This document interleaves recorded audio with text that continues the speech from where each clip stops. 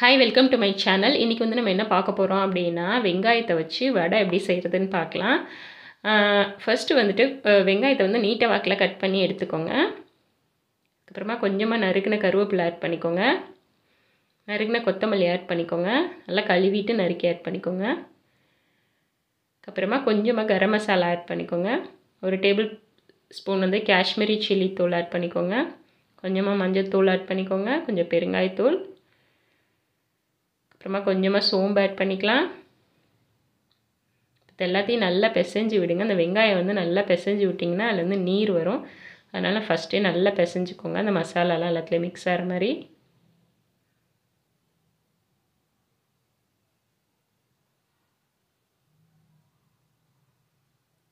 இதெல்லாம் நல்லா பிசைஞ்சாச்சு. இப்போ இது கூட நான் வந்து ஒரு அரை கப் அளவுக்கு அரிசி மாவு ஆட் பண்ணுறேன். சில பேர் வந்து கடலை மாவு ஆட் பண்ணுவாங்க. நம்ம வந்து ஒன்லி அரிசி மாவு மட்டும்தான் ஆட் பண்ணுறோம். இதுக்கு தேவையான உப்பு ஆட் பண்ணிக்கலாம்.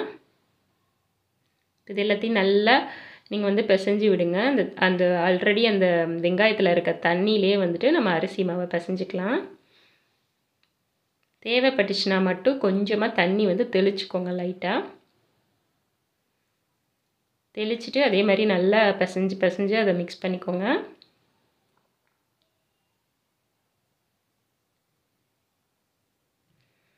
இப்போ இந்த அளவுக்கு நல்லா மிக்ஸ் ஆகிடுச்சு. இப்போ இதை அப்படியே ஒரு 10 மினிட்ஸ் வந்துட்டு இதை அப்படியே ஓரமாக வச்சுருங்க. இன்னுமே கூட நீர் விடும். ஸோ 10 மினிட்ஸ் கழித்து பார்க்கலாம். அதை பாருங்கள், அந்த தண்ணியெல்லாம் இறங்கி நல்லா கொஞ்சம் இந்த கன்சிஸ்டன்சிக்கு வந்துடும். ஃபஸ்ட்டு கொஞ்சம் ட்ரையாக இருந்துச்சு, இப்போ பார்த்திங்கன்னா தெரியும் நல்லா. இதில் இந்த மாதிரி ஒரு உருண்டை எடுத்துக்கலாம். எடுத்துகிட்டு கையை வச்சு நல்லா இந்த மாதிரி லைட்டாக ப்ரெஸ் பண்ணிங்க அப்படின்னா நம்மளுக்கு வடைக்கு நார்மலாக தட்டுவோம்ல அதே மாதிரி தான் ரவுண்ட் ஷேப்பில் இந்த மாதிரி தட்டி நீங்கள் வந்துட்டு இதை எண்ணெயை சூடு பண்ணிவிட்டு நம்ம இதை ஆட் பண்ணிடலாம். எண்ணெயை வந்து நல்லா சூடு பண்ணிவிட்டு நம்ம அதை ஆட் பண்ணலாம். ஆட் பண்ணோடனே நீங்கள் அடுப்பை வந்து குறைச்சி வச்சுக்கோங்க. இது வந்து கடலை மாவு வச்சும் செய்வாங்க ஆனியன் போண்டா. ஆனால் நம்ம வந்துட்டு இதில் ஒன்லி ரைஸ் ஃப்ளோரும் வெங்காயம் வச்சு செய்கிறது. இது மாதிரி நீங்கள் ட்ரை பண்ணி பாருங்கள். இது கொஞ்சம் டிஃப்ரெண்ட்டாக இருக்கும். டேஸ்ட் வந்து ரொம்ப நல்லாயிருக்கும். வந்து 2 பக்கமும் பரட்டி போட்டு நல்லா வேக வச்சு எடுத்துக்கலாம். கொஞ்சம் இந்த பபிள்ஸ்லாம் அடங்குற வரைக்கும் வேக வச்சு எடுத்துக்கோங்க.